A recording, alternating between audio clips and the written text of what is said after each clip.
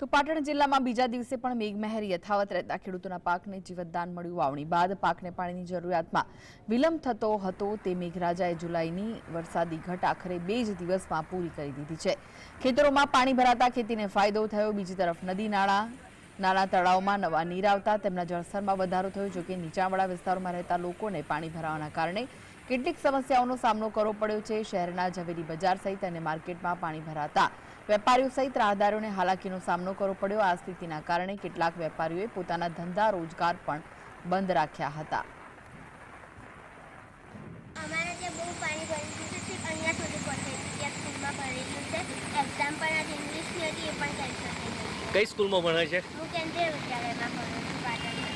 ત્યાં તો બહુ બધું ભરાઈ ગયું છે, બધું કચરો પણ બહુ થઈ ગયો। પાટણ જિલ્લામાં બીજા દિવસે પણ સારી એવી મેઘમહેર રહી છે અને ગઈકાલથી જે વરસાદ મેઘરાજાએ વરસવાનું શરૂ કર્યું હતું, આજે પણ વહેલી સવારથી સારા એવા પ્રમાણમાં વરસાદ નોંધાયો છે અને એક અંદાજ મુજબ 2 ઇંચ જેટલો વરસાદ થયો છે। તેને લઈને જે પાટણ જિલ્લામાં જુલાઈ મહિનામાં વરસાદની ઘટ હતી એ ઘટ પૂરી થઈ છે, 35% જેટલે સુધી પહોંચ્યું છે। એને લઈને હવે ઓગસ્ટ મહિનામાં જે વરસાદ વરસે એ લગભગ 50% સુધી પહોંચી જાય તો ખેડૂતમાં અને ખેડૂતોને જે ખેતીમાં છે એમાં જીવતદાન મળી શકે એવું છે।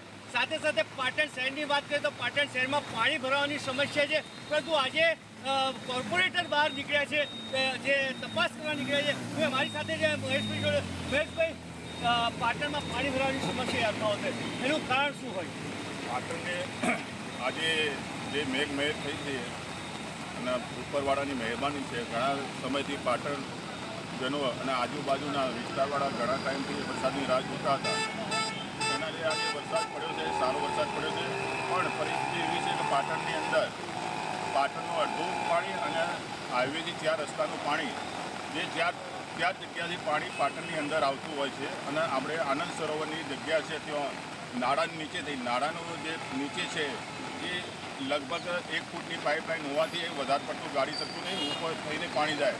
હમણાં જ અમે પ્રમુખશ્રી, ઉપપ્રમુખશ્રી, કારોબારી ચેરમેન અમે હમણાં જ બેઠા હતા કે સાયફોન નાખી ત્યાંથી આખું સાયફોન નાખી નોડી તળાવ આનંદ સરોવરની અંદર એ પાણીની અંદર નિકાલ કરવાનું આયોજન 1 કરોડ રૂપિયાની બાદબાદ રકમ અમે ફાળવી છે। ચોક્કસ પાલિકા પોતાની મોન્સૂનની કામગીરી કરે છે, પરંતુ જ્યારે વરસાદ આવે છે ત્યારે પાલિકાને માટે તકલીફોનો સામનો કરવો પડતો। કેમેરા બાજુ કેટલાક દ્રશ્યો બતાવે। આ જે અત્યારે હાલ તમે જોઈ રહ્યા છો, બિલકુલ કોઈ આવન જાવન નથી, વાહન વ્યવહાર અટકી પડે છે, અવર જવર અટકી પડે। એની પાછળનું કારણ એ છે કે અત્યારે હાલ ઘૂંટણસમાં પાણી ભરાઈ ગયા છે, તેને લઈને ક્યાંક ને ક્યાંક અત્યારે હાલ અવર જવર પ્રતિબંધ થઈ ગયો, જનજીવનને અસર પડી। કારણ કે મિત્રો અત્યારે આ જગ્યા ઉપર શાકભાજીવાળા હોય, લારીવાળા છે અને વસ્તી જે કહેવાય છે કે મહિલાઓ શાકભાજી ખરીદવા આવતી હોય છે, આને લઈને અત્યારે હાલ જે સ્થિતિ વરસી છે એ વિકટ થઈ છે અને કદાચ જો આવો ને આવો આખો દિવસ વરસાદ રહ્યો તો કદાચ ભવિષ્ય નહીં પણ ટૂંક સમયમાં હોડીઓ તરતી દેખાય તોય નવાઈ નહીં। અલ્કેશ પંડ્યા, GS